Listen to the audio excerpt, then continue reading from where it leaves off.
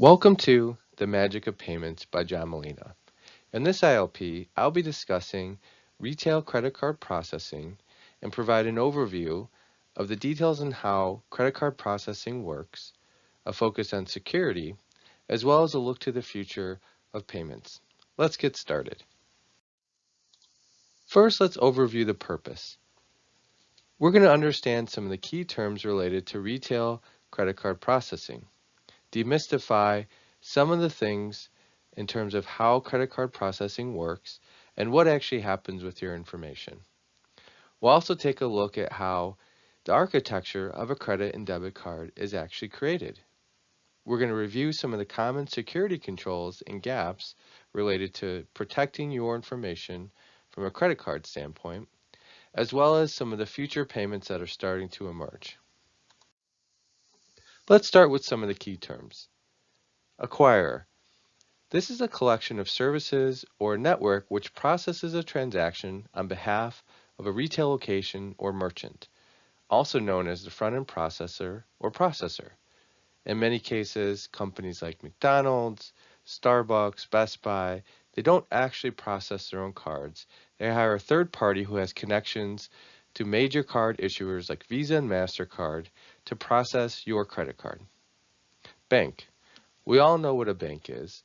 But banks also have other relationships in terms of credit card processing. They may represent the merchant, or in this case, Starbucks, who processes your credit card, as well as the consumer, where they issue cards for credit card processing. Banks also have relationships with the card issuers like Visa, MasterCard, and American Express in order to process their cards on the issuer network. Card issuers Visa, MasterCard, Discover, and Amex provide services to banks and cardholders in order to process their specific card types. Card. Typically a credit or debit card, which is issued by a bank and has an issuer logo on it. In most cases, these include embedded account information, which is on the magnetic stripe or the EMV chip. Details of how to route and process the transaction are also included in the card. Interchange fee. This is essentially how card issuers, merchants, and other people in the middle make money. For every transaction that goes through, Visa, MasterCard, or the issuer takes a piece, as well as a merchant or other companies who are responsible for processing the transaction, like the acquirer. Merchant bank. This is the bank of the merchant or retailer who's actually capturing your card information. So when you swipe your card or you put it into the chip reader at, say, McDonald's, the bank that represents McDonald's is going to capture that information and ultimately get paid for the service that they provided. PCI DSS. This is the Payment Card Industry Data Security Standards, the governing body who essentially creates all the regulations and controls for being compliant for processing cards in the US. PinPad. This is the device which captures the information from your card. It could be from a magnetic stripe, a chip that's embedded, or even from your phone. Point of sale. The equipment at the merchant location which gathers and sends card data to the acquirer. Retail network. This is typically a closed or private network which is secured and used to transmit credit card data. Let's carry on. Let's review the architecture of a card. What actually goes into a card? There's many things that actually create the card architecture. The first 4, 5, or 6 numbers are what are commonly known as the bank identification number or BIN number. This group of numbers identifies the issuing bank. If you're a Wells Fargo customer, your BIN number will be different than if you're, say, a Chase customer or a Citigroup customer. Next is the banking information. This is essentially the account number that makes up the next 9 digits. The last digit in this group is known as the checksum or check digit, essentially a number that's placed in order to validate the first numbers of the account. It's used as a security mechanism.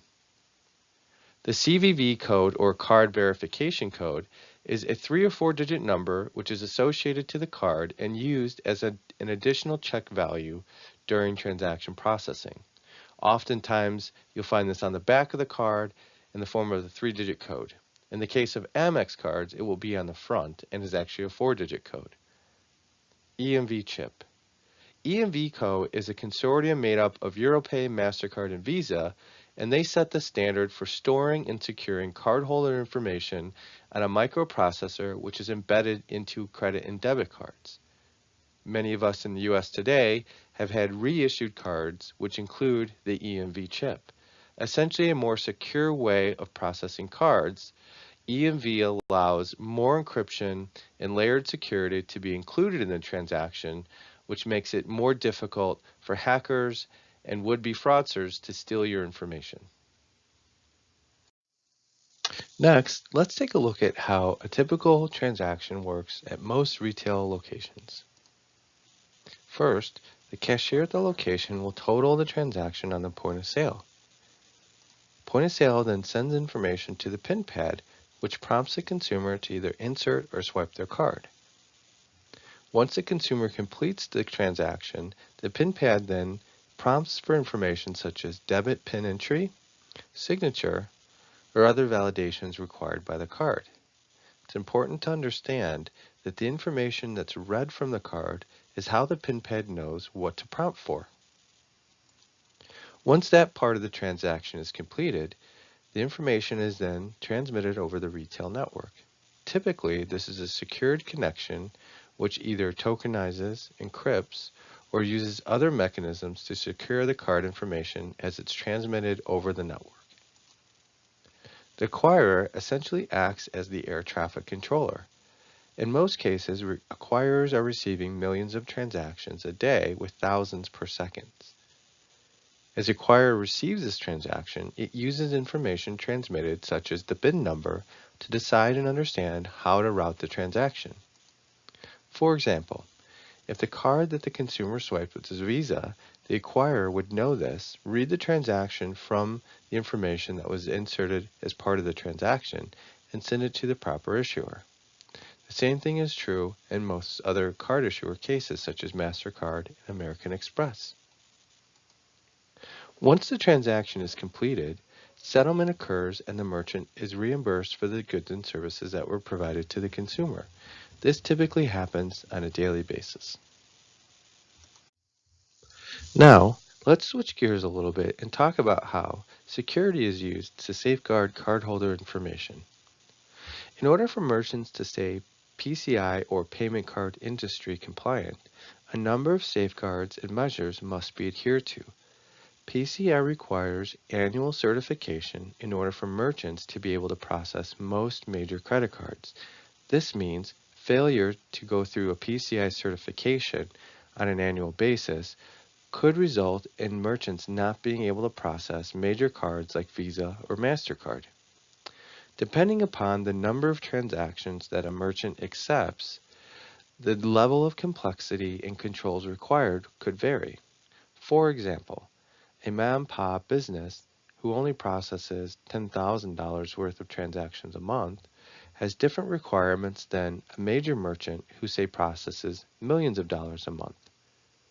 This ensures that the highest value or the most transactions where a fraudster or hacker may be trying to gather or steal information are the most secure. The key elements of any security program aimed at securing cardholder data must include these following elements based on the PCI standards. Building and maintaining a secure network of systems. Essentially, this means that from the time that the card is dipped or swiped, the information is secure all the way to the point of authorization and back.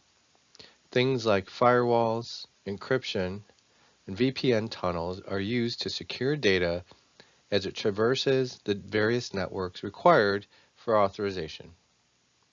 Protecting cardholder data. This means that even after the transaction, any data or information stored about the particular card or card holder is secured and encrypted, protected from outside access. Maintaining a vulnerability program. This means that regularly, Merchants, retailers, processors, and anyone processing credit cards is testing their networks for vulnerabilities. As new vulnerabilities emerge, this also requires that those processing transactions patch and update systems to help close gaps created by new vulnerabilities. Implementing strong access controls. Essentially, this is trusted access into networks or systems that process credit cards. Typically, access is required for regular maintenance, updates, or troubleshooting potential issues. However, strong access controls mean that things like two-factor authentication, encrypted sessions, strong usernames and passwords must be used to ensure that others in the outside world cannot easily gain access into your networks which are processing credit cards. Regularly monitoring and testing networks. Similar to vulnerabilities, networks must also be tested. Loopholes which are open to the outside world and could provide hackers access into your network must be tested. As technology changes, so do networks. This means that changes in networks, maintenance, and other things could create vulnerabilities. Testing these networks ensures that no unintentional access has been opened to the internet or other areas which may be used to get to consumer or credit card data. Maintaining a security policy. This essentially is a human aspect of maintaining security of cardholder data, making sure that users are aware of various programs, understand the threat of phishing attempts, and other ways to gain access into networks and personal information of users must be required of all companies who process credit cards. Having a documented security policy helps ensure that users are trained and understand the risks. Moving on, let's talk a little bit about the future of retail payments.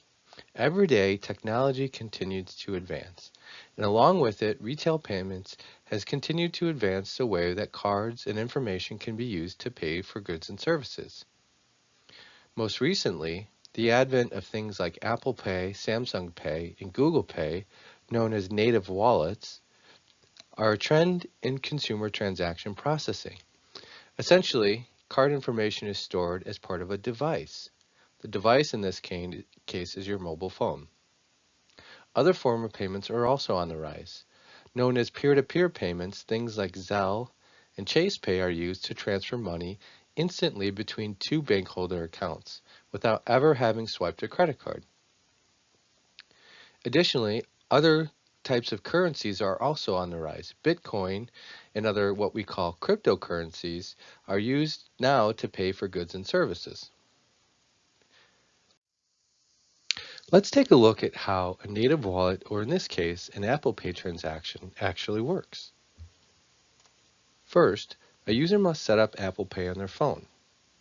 They do this by loading their bank credit or debit card into the Apple Pay wallet.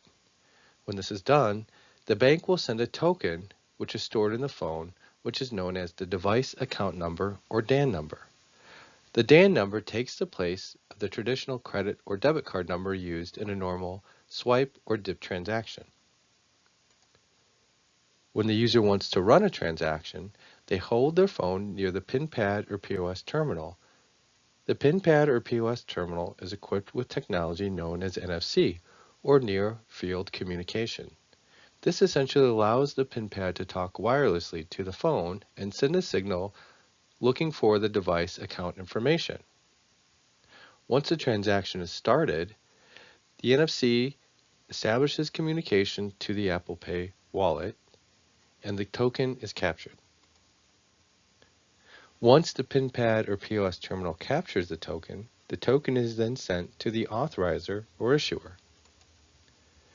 The authorizer or issuer validates the token, essentially confirms that the token is valid, and associates it to the actual account number. The card token, once confirmed, is sent to the bank to be approved. Once approved, the bank sends the approval back to the PIN pad or POS terminal, essentially completing the transaction. This type of transaction is generally more secure as your actual account information does not reside in the phone. So if it were to be captured, a fraudster would not be able to use that fraudulent token without having the actual device associated with it. It's what's known as two-factor authentication. You need both the device as well as the token in order to transact. This concludes our session on retail payments. Thank you for joining, and I hope you learned a little bit about how retail credit card processing works, as well as some of the future ways to pay.